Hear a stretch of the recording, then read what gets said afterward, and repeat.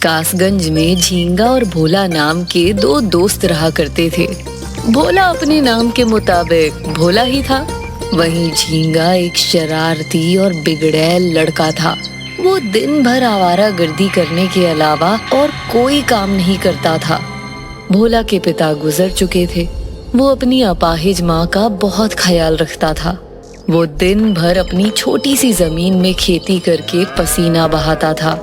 एक दिन भोला जब शाम को थका हारा घर आया तो उसकी माँ विमला ने उससे कहा, बेटा भोला, तू दिन भर इतनी मेहनत करता है और फिर रात को आकर मेरे लिए खाना भी बनाता है, थोड़ा आराम भी कर लिया कर बेटा। ये कैसी बातें कर रही हो माँ? मेरी उम्र अभी जवानी की है और जवानी की उम्र काम करने की होती है, आराम करने की नहीं। मैं तुझे दिन भर पसीना बहाते हुए देखती हूँ तो मुझे अपने अपाहिज होने पर बहुत अफसोस होता है कि मैं तेरे लिए 2 वक्त की रोटी भी नहीं बना सकती। अरे दिल छोटा मत करिए माँ जी, जब मैं आपके लिए खाना बनाता हूँ तो मुझे बहुत अच्छा लगता है। भोला ने इतना कहा ही था कि तभी पड़ोस में रहने वाले सुखिया चाचा वहाँ पर आ गए और विमला की ओर देखकर बोले, विमला बहन, बहुत खुश नसीब हो कि भोला जैसा पुत्र तुम्हें मिला है। एक तुम्हारा पुत्र भोला है जो दिन रात खेतों में काम करके पसीना बहाकर तुम्हारी कितनी सेवा करता है, और तो और वो तुम्हारे लिए खाना भी बनाता है।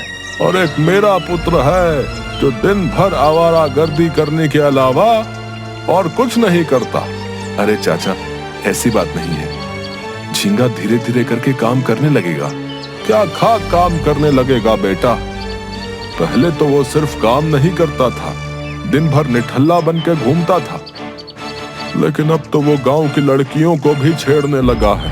तो आप उसकी शादी क्यों नहीं कर देते? शादी के बाद वो सुधर जाएगा। यह कैसी बातें कर रही हो बिमला बहन?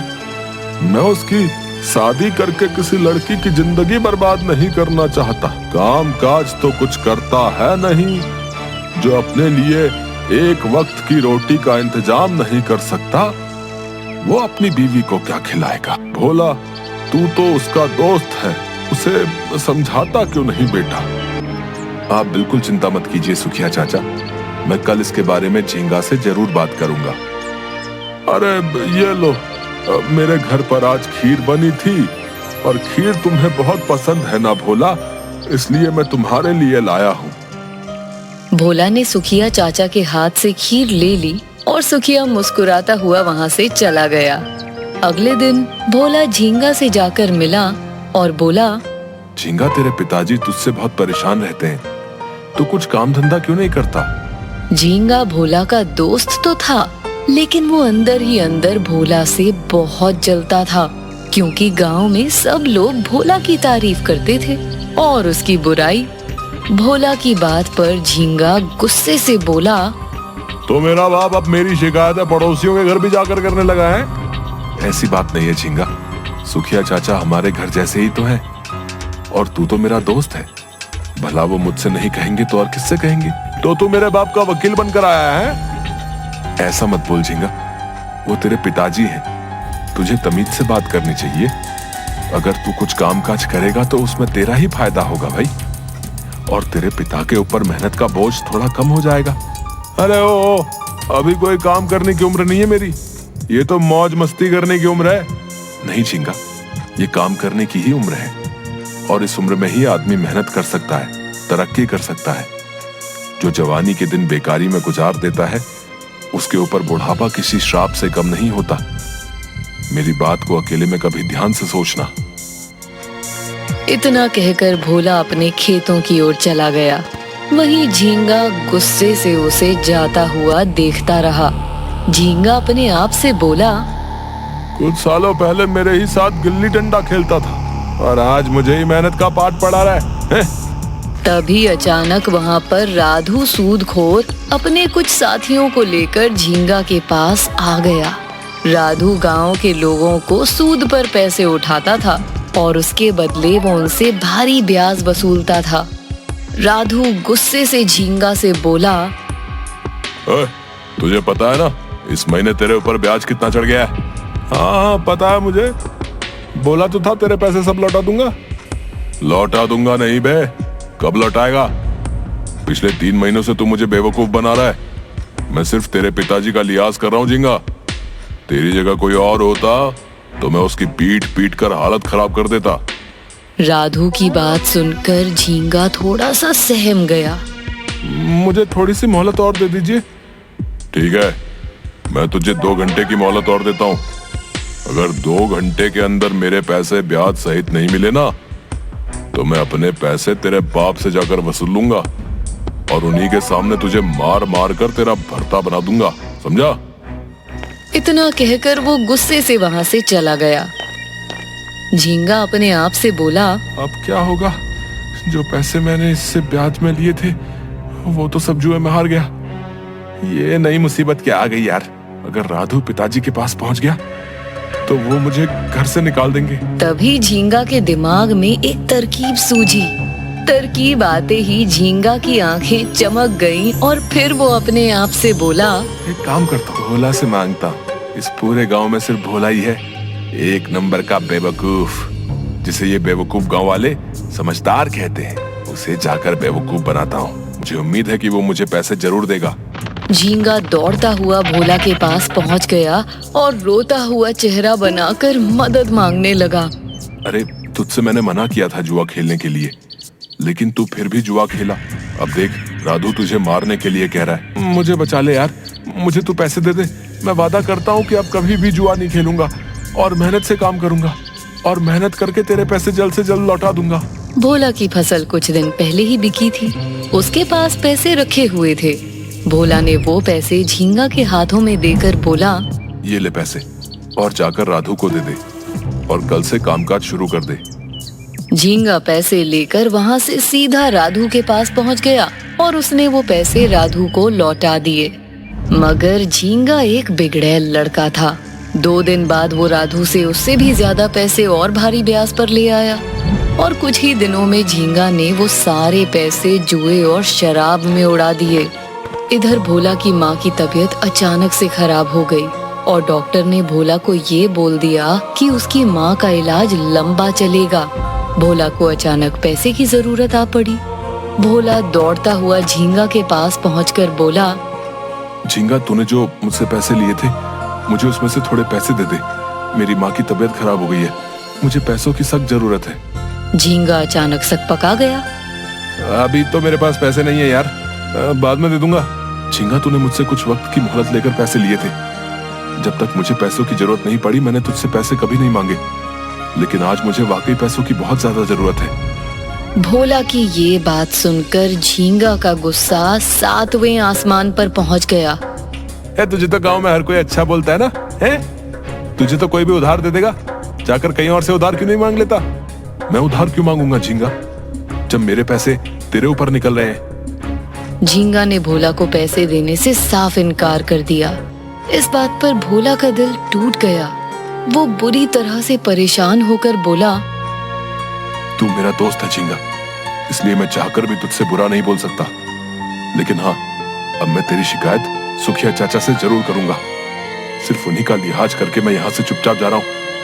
इतना कहकर भोला चला गया, लेकिन झींगा को अपनी बहुत ज्यादा बेइज्जती महसूस हुई। तभी झींगा ने देखा कि गांव के मोहन काका अपने हाथ एक पोटली पकड़े हुए भोला के घर की ओर जा रहे थे। अरे कहाँ जा रहे हो मोहन काका? आखिर तुम्हें भोला से क्या काम पड़ गया? 2 दिन बाद हमारी बिटिया की शादी है। इस पोटली में बिटिया के दहेज के सोने के गहने हैं।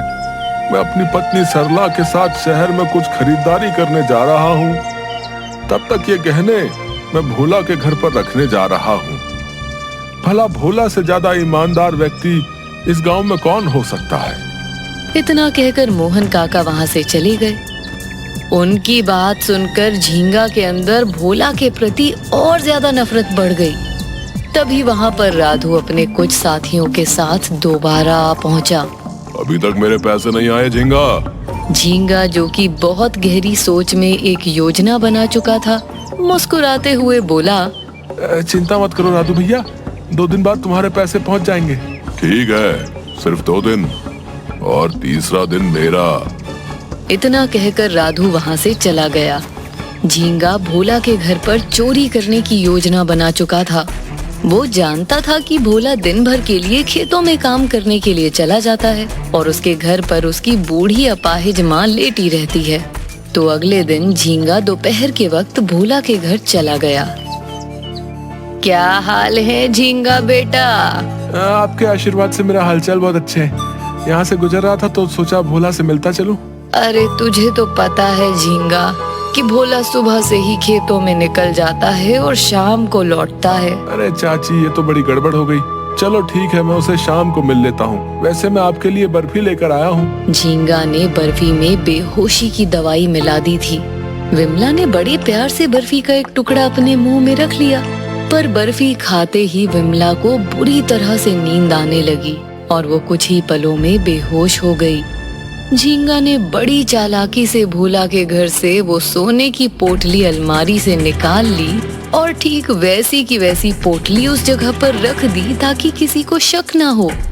अगले दिन मोहन भोला के घर पर आकर अपनी जेवर की पोटली मांगने लगा। मुझे गहने वापस कर दो भोला। मोहन काका की बात सुनकर भोला ने वो पोटली मोहन को दे दी, मगर जैसे ही पोटली मोहन ने खोली तो वो देखकर हक्का बक्का हो गया कि उसमें पत्थर के टुकड़ों के अलावा कुछ नहीं था। मेरे सोने के गहने कहाँ हैं? ये देखकर भोले के माथे पर पसीना आ गया। काका, आपने जैसी पोटली मुझे दी थी मैंने वैसी की वैसी पोटली वहाँ पर रख दी थी। मैंने तो खोल कर भी नहीं देखी। अरे ये क्यों नहीं कहता भोला कि तेरी गहनों पर नियत खराब हो गई और तू उन्हें बेच आया। मुझे तुमसे ये उम्मीद नहीं थी। मेरी बात का यकीन कीजिए काका। तो फिर इसमें ये कंकड़ पत्थर कहाँ से निकल आए? ये मामला इतनी आसानी से खत्म नहीं होगा भोला।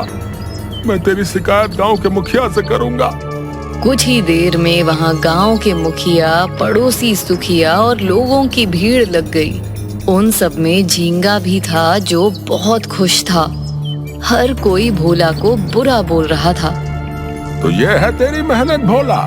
लोगों की आंखों में धूल झोंकते हुए तुझे शर्म नहीं आई हैं? तूने अपने ही गांव में डाका डाल दिया। ये है इस भोला की सच्चाई। तुम सब ने ही इसे सर पर बिठा रखा था। मुझे तुझसे ये उम्मीद नहीं थी भोला। देखते क्या हो, मारो इसको।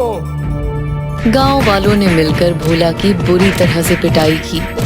भोला की माँ विमला ने आंसू बहाकर भोला की ओर देखकर कहा, मुझे तुझसे ये उम्मीद नहीं थी बेटा। मेरी परवरिश में आखिर क्या कमी रह गई थी? अरे तू तो मेरा बेटा है, तूने चोरी क्यों की? मैं सच कहता हूँ माँ, मैंने कोई चोरी नहीं की। मगर भोला की बात पर कोई भी यकीन करने के लिए तैयार नहीं था। तभी अचानक मोहन काका की पत्नी सरला काकी मोहन के पास आकर बोली, भोला को क्यों मार रहे हो तुम सब? तुम्हें पता है, तुमने मुझे जो गहने दिए थे भोला के घर पर रखने के लिए, इस भोला ने वो सारे गहने बेच दिए। और उस सोने को बेचकर इस बेचारे को मुश्किल से 100 भी नहीं मिले होंगे। ये क्या कह रही हो तुम? क्योंकि वो सोने के गहने असली के नहीं थे, बल्कि पीतल के थे। उसमें सोने का पानी चढ़ा हुआ था। असली सोने के कंगन तो मेरे पास हैं। लेकिन फिर वो पोटली? अरे मैंने तुम्हें तोते की तरह बताया था कि अलमारी में 2 रंग की पोटलियां रखी हुई हैं, नीली और लाल। लाल वाली में नकली गहने हैं और नीली वाली में असली। तुमने लाल वाली पोटली उठाकर भोला को दे दी। वो तो अभी अचानक मेरी नजर पड़ गई तो मैं तुरंत यहाँ पर आ गई। मैं भोला को अच्छी तरह से जानती हूँ। भोला चोरी कभी नहीं कर सकता।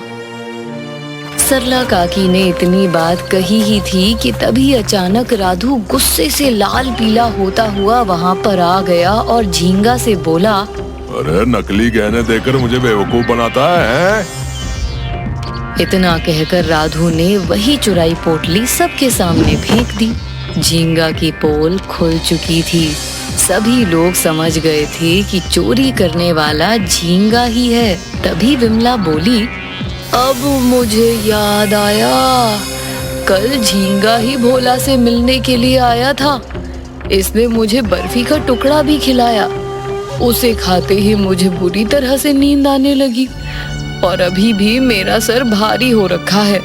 शायद इसी वजह से मैं इस बारे में बताना ही भूल गई। मुझे माफ कर दो भोला। तू मेरा बेटा नहीं हो सकता। तू बेटे के नाम पर कलंक है, कलंक। तू अगर मेरे घर पर डाका डालता तो मुझे इतना बुरा नहीं लगता, लेकिन ये तो तेरा दोस्त था। मैंने तेरे जैसा बदमाश दोस्त आज तक नहीं देखा। इस बार झींगा ने हद पार कर दी है। भोला जैसे सीधे साधे व्यक्ति को हम सब ने बेवजह मारा। देखते क्या हो, मारो झींगा को, भूत बना दो साले का। सभी गांव वाले झींगा को बुरी तरह से पीटने लगे, मगर भोला ने झींगा को और ज्यादा पीटने से बचा लिया। अब मत मारो इसको, ये मेरा दोस्त है। मैं इसे अपनी आंखों के सामने मार खाते हुए नहीं देख सकता। इसकी आंखें बता रही हैं कि इसे अपनी गलती का पछतावा है। भोला की बात सुनकर झींगा रोने लगा और भोला के पैरों पर गिरकर बोला, मैं तुम्हें फंसा रहा था और तुमने मुझे पिटने से बचाया।